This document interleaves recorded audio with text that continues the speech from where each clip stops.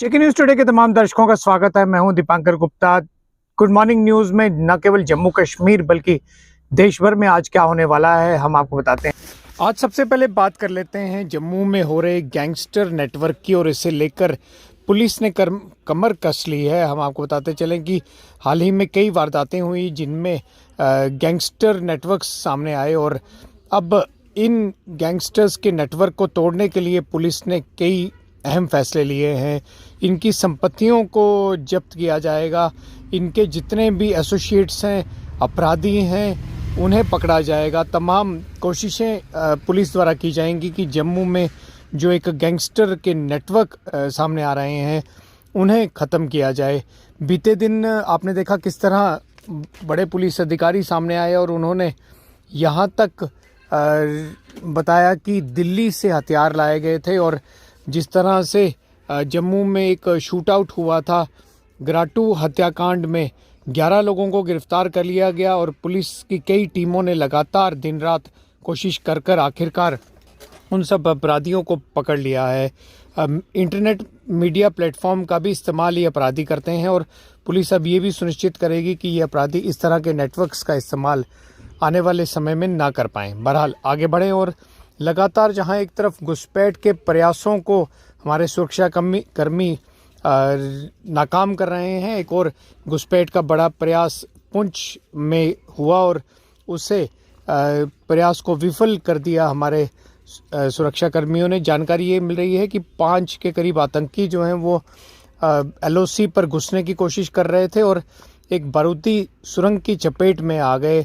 ऐसे में बहुत बड़ा धमाके की आवाज़ तो आई, लेकिन क्योंकि ये POK का इलाका था, जो पाकिस्तान की अग्रिम चौकी थी उसके पास से ये घुसपैठ हो रही थी, तो जो पाकिस्तानी घुसपैठिए थे वो आखिरकार यहाँ तो इसकी चपेट में कम से कम 2 जो हैं वो मारे गए और 3 के करीब घायल हो गए, जिन्हें वापस ले जाने में पाकिस्तान की तरफ से उनके जो साथी थे वह सक्सेसफुल रहे। बहरहाल इसी तरह की एक घुसपैठ को पहले भी नाकाम किया है। 2 आतंकियों को मार गिराया गया था पुंछ में, और उनकी बॉडीज़ भी रिट्रीव हुई थी।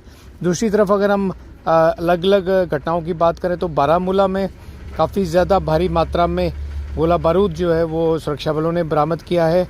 कई मिलिटेंट एसोसिएट्स को कश्मीर में हाल ही में पकड़ा गया है। लगातार कश्मीर में आतंकियों के खिलाफ कार्रवाई जारी है।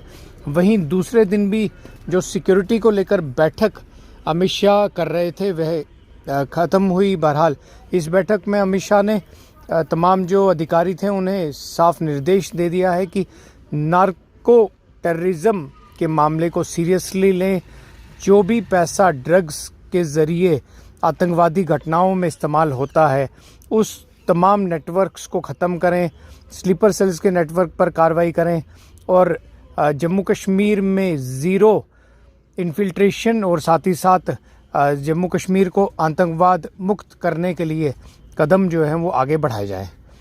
आगे बढ़ें, और हम आपको ये बताते चलें कि चीफ मिनिस्टर बीते दिन मिले MLAs से, DDCs से बजट को लेकर चर्चा हुई।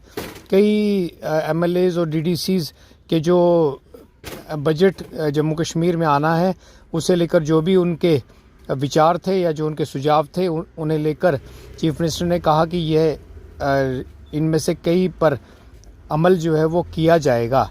बहरहाल आगे बढ़ते हैं, और हम आपको ये भी बताते चलें कि प्रधानमंत्री बीते दिन पहुंचे थे प्रयागराज। उन्होंने आस्था की डुबकी लगाई। आस्था की डुबकी लगाते हुए के बाद ट्वीट कर प्रधानमंत्री ने कहा कि मैं काफ़ी ज़्यादा खुश हूँ। मैं माँ गंगा की नगरी में आया हूँ, महाकुंभ में स्नान जो है मैंने किया है, मुझे ये बहुत ज़्यादा अच्छा लग रहा है। बहरहाल 35 करोड़ के करीब लोगों ने अभी तक स्नान जो है वो महाकुंभ में कर लिया है। अब वहाँ पर रश काफ़ी ज़्यादा कम हो गया है।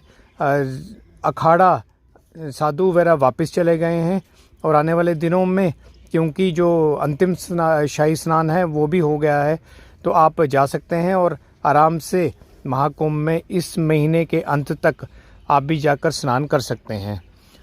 दिल्ली एग्ज़िट पोल के नतीजे एग्ज़िट पोल सामने आए हैं। दिल्ली में बीते दिन पोलिंग हुई और पोलिंग के बाद exit polls Bharatiya Janata party को एज दे रहे हैं। अगर एग्जिट पोल्स की माने तो भारतीय जनता पार्टी की सरकार 26 साल के बाद एक बार फिर से दिल्ली में बनती दिखाई दे रही है। हालांकि ये भी चीज़ पिछले कई वर्षों में सामने आई है कि एग्जिट पोल्स अक्सर गलत हो। तमाम खबरों को देखने के लिए देखते रहिए जेके न्यूज़ टुडे।